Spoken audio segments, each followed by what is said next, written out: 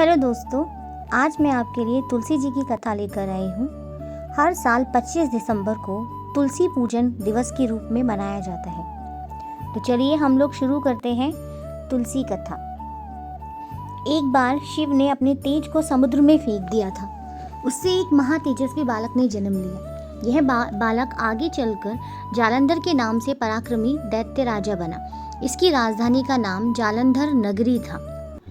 दैत्यराज कालनेमी की कन्या वृंदा का विवाह जालंधर से हुआ। जालंधर महाराक्षस था। अपनी सत्ता के मद में चूर उसने माता लक्ष्मी को पाने की कामना से युद्ध किया, परंतु समुद्र से ही उत्पन्न होने के कारण माता लक्ष्मी ने उसे अपने भाई के रूप में स्वीकार किया। वहां से पराजित होकर वह देवी पार्वती को पाने की लालसा से कैलाश पर्वत पर गया। भगवान देवादिदेव शिव का ही रूप धरकर माता पार्वती के समीप गया, परंतु मां ने अपने योग बल से उसे तुरंत पहचान लिया तथा वह वहां से अंतर्ध्यान हो गई। देवी पार्वती ने क्रुद्ध होकर सारा वृतांत भगवान विष्णु को सुनाया।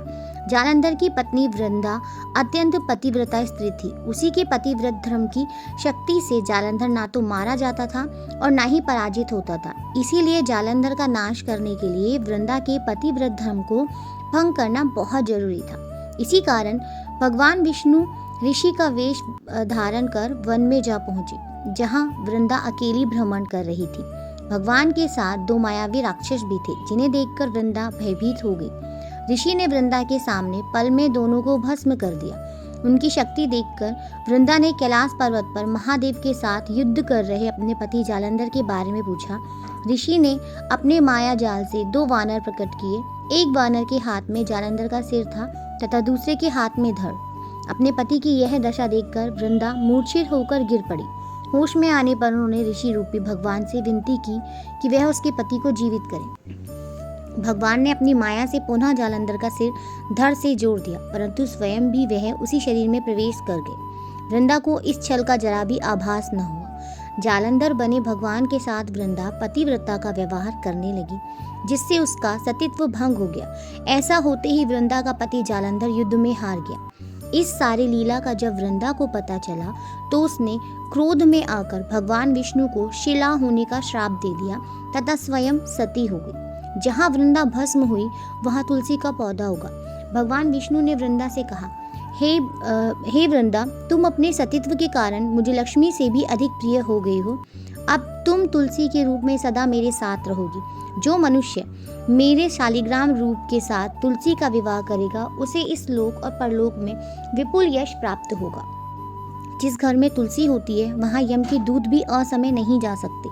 गंगा व नर्मदा के जल में स्नान तथा तुलसी का पूजन बराबर माना जाता है। चाहे मनुष्य कितना भी पापी क्यों न हो, मृत्यु के समय जिसके प्राण मंजरी रहित तुलसी और गंगा जल मुख में रखकर निकल जाते हैं, वह पापों से मुक्त होकर वैकुंठ धाम को प्राप्त होता है। जो मनुष्य तुलसी व आंवलों की छाया में अपने पितरों का श्राद्ध करता है, उसके पितृ मोक्ष को प्राप्त हो जाते हैं।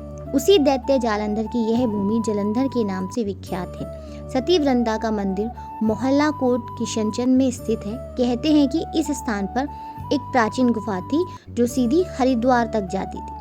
सच्चे मन से 40 दिन तक सती वृंदा देवी के मंदिर में पूजा करने से सभी मनोरथ पूर्ण होते हैं।